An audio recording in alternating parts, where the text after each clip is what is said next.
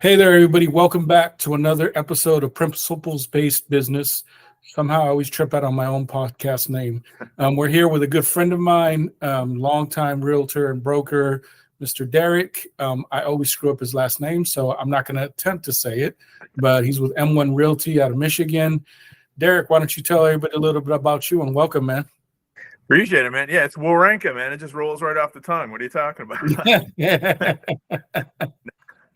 But so we're here in Metro Detroit. I've been in the business actually just about 2 weeks ago. Turned over my 20-year anniversary in the business. So, wow, congratulations. Appreciate it, man. Yeah, been in the business for a minute. This is my third, major market shift. So, started out just as a solo agent and built it out. Now we've got a, pretty mid-sized brokerage. I mean, we're not huge, but we got 28 agents, I believe.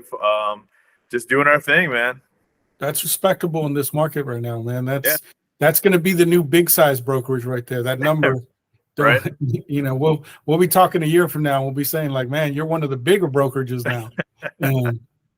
Tell me, because I don't even remember. I know we've known each other for years, but I don't think I remember asking if I do. It's senility, but. How did you get into business? What drew you to the business? So I got in the business when I bought my first properties. I was bartending at the time, and I was perfectly happy with that. But so I bought my first this is a condo in Pontiac, Michigan, and the agent that I was working with did a really good job. He was professional. I've actually worked with him a couple times since then. But just through the course of that, I was like, man, this guy's not doing anything that I couldn't do myself. And it's the different a bartender wage and a successful realtor wage are not in the same universe. So bought my first condo, thought about it for a few months, and jumped in, took my pre-licensing course, and here we are. So that's funny because that's my similar start is the same. My start is similar. I got in because of the first house that I bought, but it was a little bit different. That the broker that I started with saw something in me and asked, if I wanted to learn the business, and that, he was teaching it. So that's funny nice. How that, our first property, because before then, I don't know about you, but real estate wasn't even on my radar, like nothing about it. No, I thought honestly, it sounds horrible, but I thought realtors were a waste of time. You should just sell your house by owner. And now that I know better, my opinion's a little bit different, but but realistically, when I really got into it, there's no way I could just stepping into it, been able to represent myself effectively, buying my first place. So I'm damn lucky that I did have a good agent to work with on that. That's good, and it's cool that you said you've worked with them a few times after. Yeah, it's been great. So what would you say are some of the changes that you've noticed from when you first got in 20 years ago to now in the industry? Everything's online now. I mean, look, when I got in, the MLS was still, it wasn't in a book. I mean, I guess a few years before that, our MLS still was like a book that came out every month, I guess. But it was that was online when I started. But just everything's so technology driven now, and it just wasn't that as much before. Like you could still make a living and by running ads in newspapers and things like that. Not that I ever did that, but that was one way of make advertising yourself back then. But now it's technology driven all the way. Nice. And would you say that there's any different, like the speed of the transactions, the complexity that has changed a lot, or is it pretty much the same when it comes to the actual transaction? They're pretty the same. No, they've in the last 20 years there hasn't been less paperwork that's come about. It's always there's always more paperwork that goes into it. Complexity wise, I mean, it hasn't changed that much for us here anyway in Michigan, but the speed of the transaction nowadays, we're and this from being at United Wholesale Mortgage, over the summer. Like we're able to close deals a lot faster on the mortgage side than we used to, but aside from that, there's not a whole lot that's changed on our end. Nice. would you say, what would you say, like somebody who started 3-4 years ago is missed out on by not starting 20 years ago? Like, what are some of the things that you'd want to remind them? Like, hey, I know you might have been a boss these last few years, but you know, anything that they may have missed out of learning.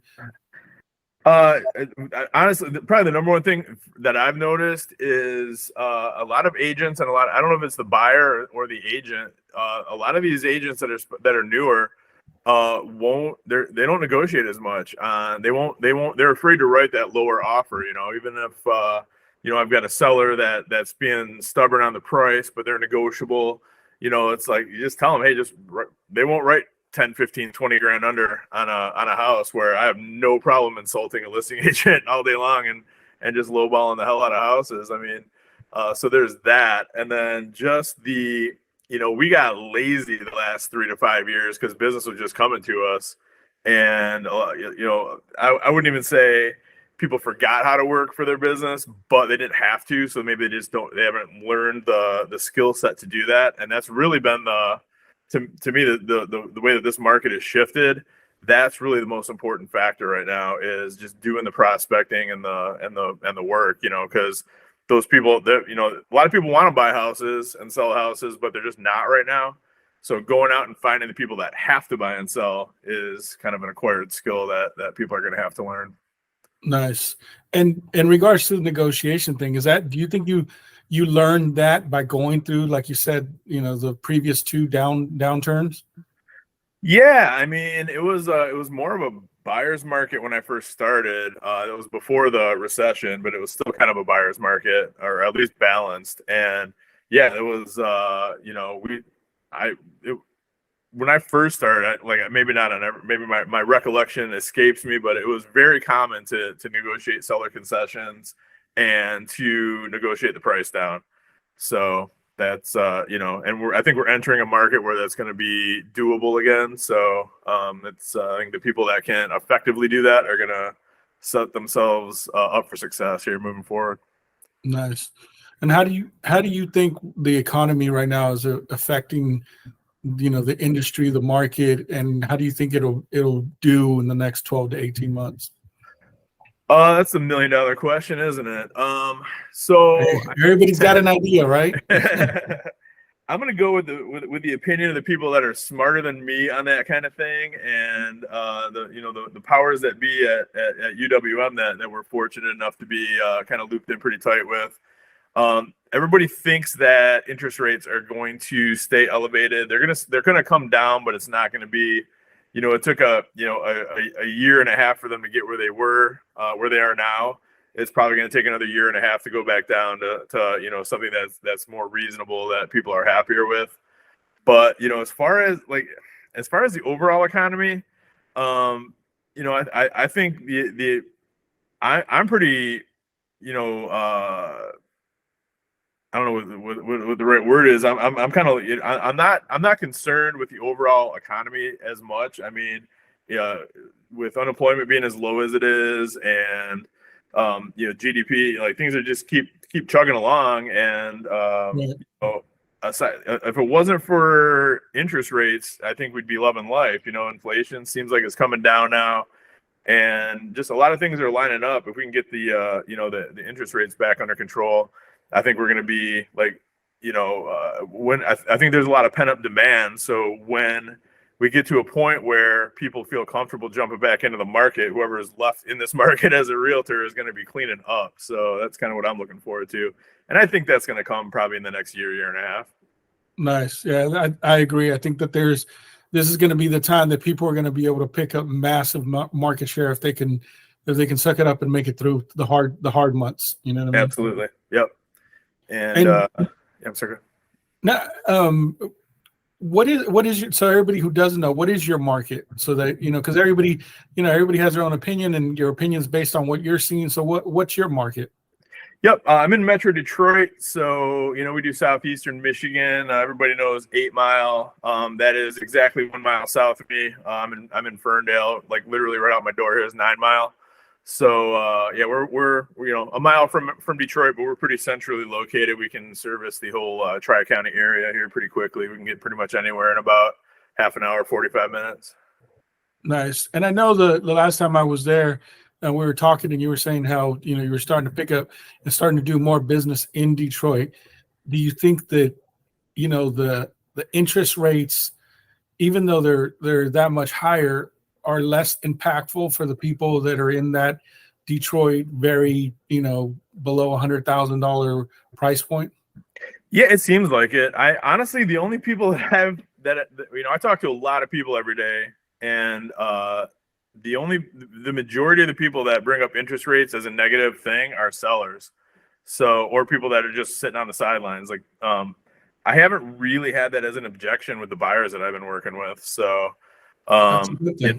yeah, and I just been, I've just been telling people, if you buy this house now, this is the highest your monthly payment's ever going to be. Interest rates are going to come down, and you can refinance, and if you can afford it now, you'll really be able to afford it in a year or 18 months when it's time to refi.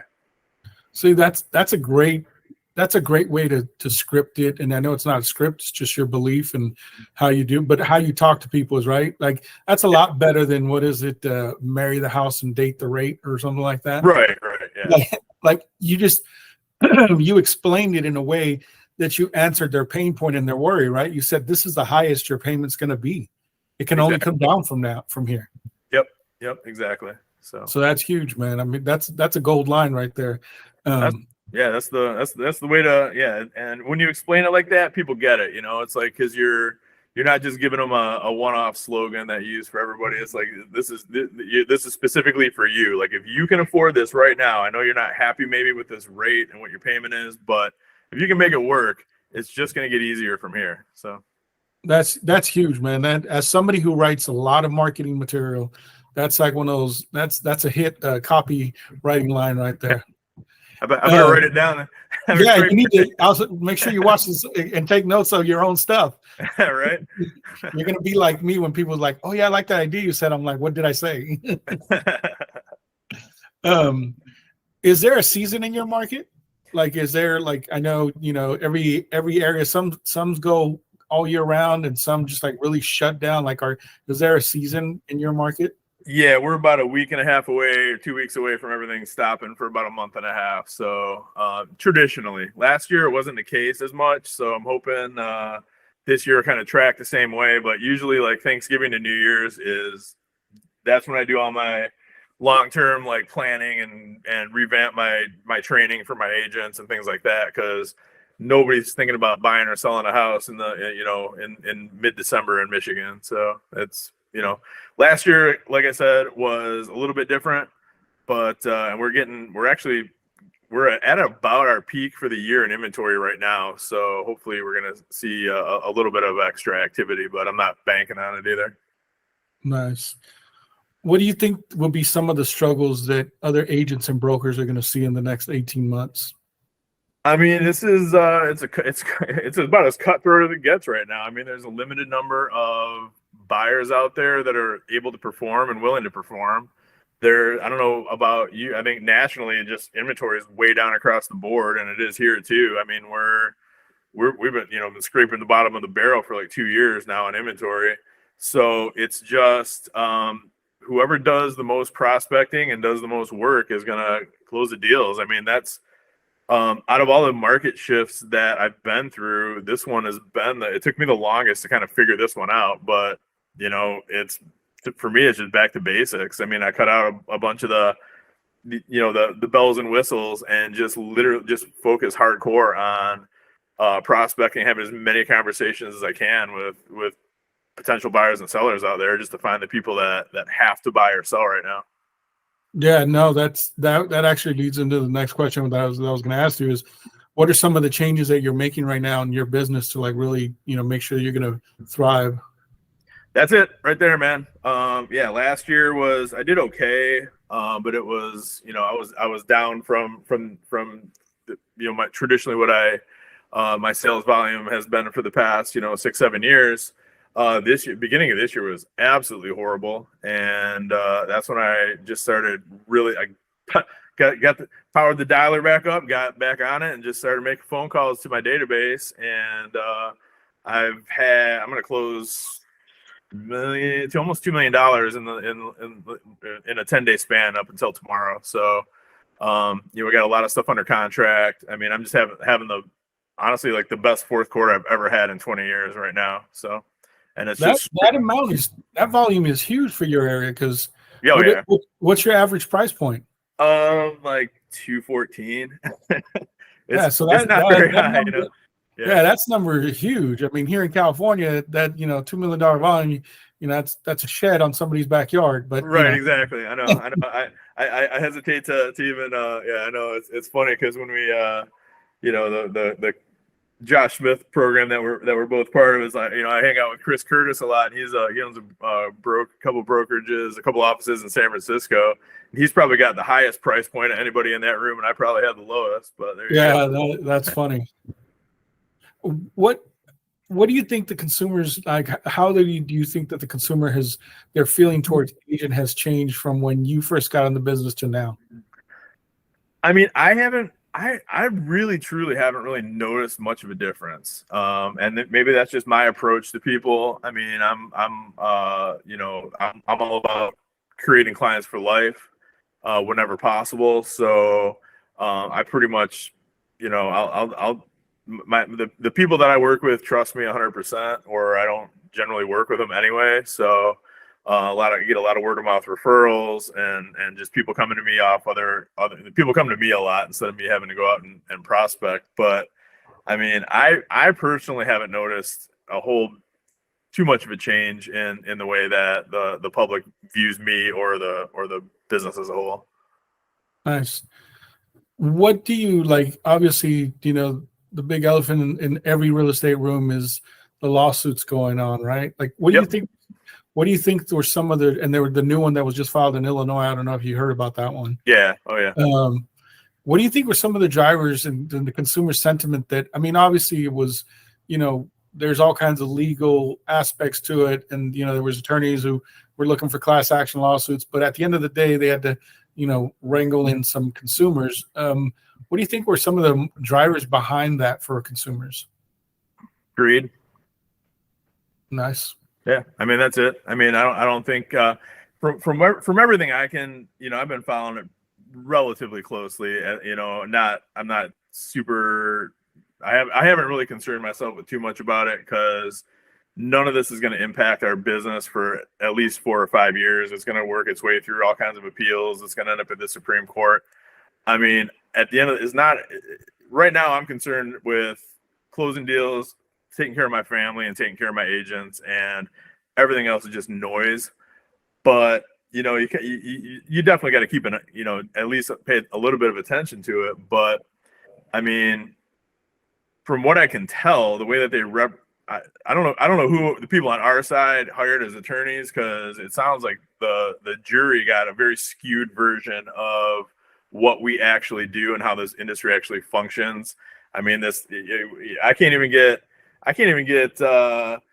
all my agents to show up in one place at one time, and if I'm giving them free food and free booze, and to think a nationwide conspiracy involving hundreds of thousands of agents colluding to drive up, artificially raise up commissions. I mean, give me a break. That's not even remotely realistic. That's funny. I like that. You can't even get agents to show up for free stuff, right? That's true, man. It's like, No, it is. What would you, being that I agree with you that we can't let it be the all-consuming thing, but we do have to stay aware of it. But is there anything that you're telling your agents as a broker that they need to do different to make sure that the perception of value and what they're doing and all that good stuff is more evident, or are you just like status quo? I mean, I think the way that I've trained them up and the way that we run our business, we're already bringing a ton of value anyway. So there's not really a whole lot we can do differently to provide more. I guess really what it boils down to is the only thing that I've really emphasized when we're talking about it is just just make sure anytime you're meeting with a buyer or a seller, just let them know that everything is negotiable, including our commission. And if I mean, it's there in writing, but if we're disclosing it and just emphasizing that point, it's hard for people to come back and say they didn't know, you know? Right, right. What if you had to, like, if you had a new agent in front of you or an experienced agent, whatever, just an agent who's hurting for business, what's the one tactic that you would tell them? Like, if you could only give them one thing to go out and do, what would that be right now? To, like, hey, you do this and you're going to be, you're on your way to being okay for the next 12, 18 months. Yep. Phone right here. Pick up your phone, start calling people in your database. I mean, that's really what it boils down to. And I have had, it's funny you say that, because we didn't talk about this beforehand, but I've had just in the past like 2 weeks, I've had 3 agents from other companies reach out to me and say, man, you're closing deals like crazy. Like, what are you doing? Like, what are your agents doing that we're not? And what it boils down to is like, what are you doing to generate leads and generate business? And they don't really have an answer. So that tells you everything right there. Go out and have conversations. I don't care how you do it. There's a million ways to do lead generation. They all work as long as you do them. So just be consistent every day, treat it like a business. And it's amazing how, like, I haven't, all the deals that I'm closing right now none of them are new leads. It's all people in my database. So, I mean, and I've spent 20 years, I got, 10,000 people in my database. So I got a pretty good head start there, but like, I haven't gone out to try and find new leads at all. I've just been working what I already have. Nice. That's a huge, like, that's a big thing right there, right? Because that's the one thing when people ask me, what would you tell, yourself if you had just started? I was like, keep a better database, right? Yeah. Because I know I've lost hundreds of thousands of dollars from not keeping better track of people in my early years. Yep. Well, same here. Yeah. I mean, so that, as a broker, how do you feel like, that's our industry it's like there's a big divide, just like there is in the economy, right? Like, there's the agents who are just dying on the vine, and then they're the ones that are killing it. And the middle is a thin line. There's not a lot. It's either one or the, and the same thing with brokers, regardless who they're with, right? Whether they're a franchise or they're independent, it's the same thing. Either brokers are killing it or they're not killing it. What would you say has allowed you to get to the point where you're at as a broker? Like, what have you done to stay relevant all this time? And no joking aside, and not blowing sunshine, like 28 agents is respectable in any market, but especially right now, when I was scrolling through Facebook and I saw an agent talking about how many agents were reaching out to them saying that they weren't going to renew their licenses. Yeah. I mean, and knock on wood, I mean, all of our agents, like, it's just like any brokerage, any business, not all of them are closing deals left and right, but a good percentage of ours are. It's like we're doing better than the 80-20 rule. So, I think we've had 22 of our agents close at least one deal this year so far, and we got a couple new ones. And 6 of them are damn near brand new. So almost everybody's closed at least something this year. It's just I guess just keeping them keeping people motivated. Just let them they trust me to show them the right direction, to point them in the right direction, and then I provide a ton of tools too. So I mean, the value is there with our brokerage. It's up to them to use the tools that I give them, but there's nothing that other companies might have that we don't have. If anything, it's the opposite. Nice. So it's all about keeping them engaged, right? Yeah, I mean, it's if you buy into the doom and gloom and oh, this market sucks and we're not closing anything, I'm gonna go broke, I'm dying in the gutter, then you're right. Whether you're going to be successful or unsuccessful, whether you think you're going to be successful or unsuccessful, you're right. It's all about mentality. No, I agree. I think that as a broker, you definitely, and you do a great job at it, because I see you, in the mastermind that we're a part of and everything else, and I see you, like, staying educated and informed, and, like you said, being the guide to them. Like, you have to know all the pitfalls, but doesn't mean you have to live them. My biggest thing is I'm running around telling people that we're in a have to economy. That doesn't mean that it's gloom and doom. It just means that you got to learn how to find, opportunity is going to look different in this market than it did in the previous market.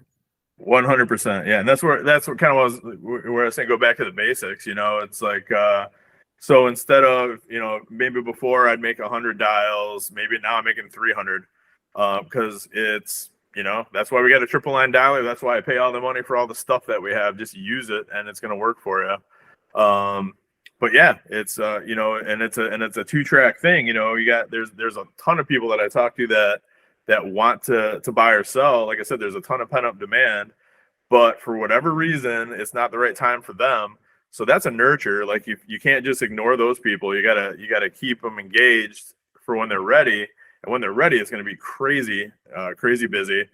But I'm more concerned with getting through. You just got to find that one yes, 1 or 2 yeses every day, and you're going to be all right. It's find those people that for that their circumstances dictate they have to move. They have to buy a house or they have a house to sell. It's just harder to find those people, but they're out there. There's plenty of them out there. Nice. Now, probably the final topic or whatever, but is REOs, right? Like, I know you're an REO guy. You've been doing it forever. Yep. What are you seeing? A couple of different questions on that. Like, yeah. What are you seeing currently in regards to volume? I've actually got the most assignments that I've had since I left my other brokerage. So the place where I left before, where I worked there for, I think I was there 11 or 12 years. And I actually ran the REO department through the, through the bottom for part of the time. For a couple of years I ran it. But almost immediately from when I got into the business, I got an REO almost right away.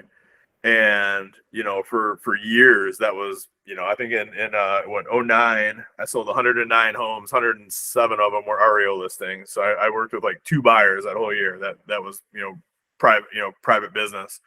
And so when I started M1, that was like the big calculated risk that I had to take because, the master listing agreement with all these banks were in my broker's name because I didn't, they weren't in my name. So I knew that starting up this company, I was going to be giving up a big chunk of, the REO business. But by that time, it was kind of fading away anyway. So it was a pretty good time to jump in and just start my own thing. But I've never been fully out of the REO business. As soon as I started here and got my license, my broker license here at M1, I signed up with ResNet, and I've been working with them ever since. But man, they're keeping me busy. It's I'm doing probably 20 to 25 BPOs every week for them, and now it's like they were always pretty good about giving you 1 or 2 assignments, along the way, just to make your membership fee pay for itself. But right now, I'm getting a ton. I mean, not a ton, but I think I've got eight that are in redemption right now. One that's listed, one I just pended, and one is closing tomorrow. So nice. So for everybody who thinks that REO is just, who remembers what it looked like on the outside, right, where it was all sexy and lots of money and parties and everything. I've seen the behind, and that's why I took the opposite route. I went to short sales and killed with those. But for those who don't know what it looks like on the back end, what are your like buyer beware kind of things that you would tell somebody who's thinking, well, the next REO wave, I'm just going to focus on that. Like, what do they need to be prepared of? Be prepared to work your ass off for a year on a house, and then maybe it sells at auction and you make $500. Or with it, some of these, and Detroit's a little different animal, like I think the lowest, I just listed one for $16,000. I mean, I'm gonna make $750 on it. It is what it is, but you make that up in volume, but it is a lot of work. And it's not just like you sit there and you get it assigned and then you wait and then a year later you list it. It's no, you're doing reports every single week on these houses. You're doing drive-bys, you're taking photos, you're doing BPOs, you're doing occupancy checks. Like, you have to do, like, the only way to make it work is volume. So yeah, it's an incredible amount of work, and the payoff on each individual listing isn't that much, but it's a good supplement to the business. And it's like anything else, like any listing, that any house I put on the market, my goal is to get 1 or 2 transactions off of each listing. So that's really, if you can pick up a couple investors here and there while you're listing those houses, then that really makes sense, because it doesn't have to be your listing. Investors are going to be finding a good deal, they're going to buy it. So that's the key right there. Nice. Now, what is it different now? I remember back in the last downturn or whatever, talking to a guy who had just done like 684 REOs that year, and he was talking to me about the capital you need to keep floating repairs. Is that changed a lot? Because I know he started firing banks because he just wasn't getting because they like to play games with when they pay you back and how they pay you back, and if you don't file the invoice correctly and all that. Oh no, that part hasn't changed one bit. It's it's talk about jumping through hoops to get reimbursed for anything. It's crazy. Like if you don't dot an I, they send it back and tell you to redo it. So no, that part is that part I don't think will ever change, because it doesn't benefit the banks to change it. It's like they're putting all the upfront costs on the brokers and then taking their sweet time paying us back. So but be ready for that if you're going to get into REO. So, and what about somebody who's trying to get in? Everybody wants to know, like, is during the last time, I know they started swapping out area managers, right? Because they know that people were getting too chummy with each other. Yeah. How do you see, like, if you could tell somebody that was looking to try to get an REO, do you think that there's even an in right now, or do you think the banks are just going to go back to their oldies but goodies? No, I definitely think there's an in, because the oldies are out of the business at this point. I mean, a lot of them are anyway. So, because you got to figure the recession was like 15 years ago at this point. So yeah, a lot of those big REO agents, like that's, I think, where I was able to transition out of REO to for the most part. A lot of these guys weren't, and they were just sitting there fighting over scraps for like the next 2 years after I opened up my brokerage. And those guys aren't, like, none of those guys do private, just residential business anymore at all. So for the most part, at least what I've noticed, is there's only a few of us that are still around from back then that are handling REOs right now in this market. So I have to imagine it's the same across the country. If not even, we might even have more opportunity, because we were ground zero for REOs for years. So there's a ton of really good brokers that had REO businesses going here, and I don't think that was the case in a lot of the country. So I think, I mean, if it's something that interests you, like, be realistic. Like, it's not just, they're not just sending you free money. There's a ton of work that goes into it, but at the same time, they are sending you listings, and it's a sign in the ground, something you can market, and something you can get business off of. So don't ever take that part for granted either. Nice. And definitely service, right? They want their timelines met. They want everything done the way they need it. Yeah, and the timelines aren't a suggestion. They're if it says something's due on Thursday, it better be done on Thursday, because you're gonna get marked down and get fewer opportunities, or just get cut out of their network altogether if you can't hit your timelines. And so you need to be accurate. They grade you on BPOs, like, you get graded on everything. So you need to really be diligent, be very, very timely. And it doesn't hurt to be chummy with your asset manager. Like, that's the one thing that I always do that that a couple of them have commented on over the years. It's like, the first time you get an assignment, if it's somebody new, just reach out to them and be like, hey, if there's anything else that you need that I can do for you to make your job easier, you just say the word, because they don't hear that from anybody usually. And I mean, these guys are, the asset managers they have a hard job too, because they're managing, they're not on the ground seeing these properties. They're sitting in a cubicle in Dallas or something, and in charge of 600 different properties from all over the country. So knowing that they have a partner on the ground in whatever city they're responsible for goes a long way too. Nice. And finally, do you think that there's going to be more, if there is a wave, quote unquote, of REOs or whatever? Do you think there's going to be more, like, private equity funds doing REOs, or they're still predominantly going to come from the banks just because of how many institutions bought REOs? Like I just saw an agent posted, she had an asset manager that was looking to get rid of thousands of properties, but they didn't want to put them on the market, to reach out to her with, your city and all that or whatever. Yeah. And I know her, trust her. She is a top producer, so I believe her. But do you think that there's going to be more of that? Potentially. I think a couple of the clients that I'm working with now I'm working with mostly big banks, but there's a couple like small hedge funds and stuff that I'm working with, or funds that have real estate assets that I'm working with. Yeah, I wish the private equity would would step out of it, but that's a pipe dream. That's my concern is a lot of these that would be coming to us agents and having us list are getting bought up before it ever gets to that point. Yeah, no, especially when they get sold directly from HUD, right? They get sold in bulks to them. Yeah. Awesome, man. Well, this has been extremely valuable, and like always, man, you're always a wealth of knowledge, and it's always cool to hang out with you. Let everybody know again, your area, so that they can refer you business and how to get a hold of you. And I appreciate your time, man. Yep, dig it.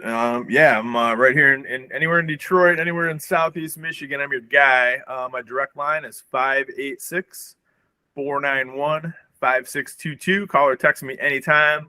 If there's anything I can do to help, anybody that's watching this, that's what I'm here for. It's what I've, that's how I found Guillermo, is this mastermind group that we're a part of, and that's been the best thing that I've ever done in the real estate business, is join that, because now I've got resources all over the country that I can, I've called Guillermo, I don't know how many times, with weird questions about, wholesaling or mortgages or whatever.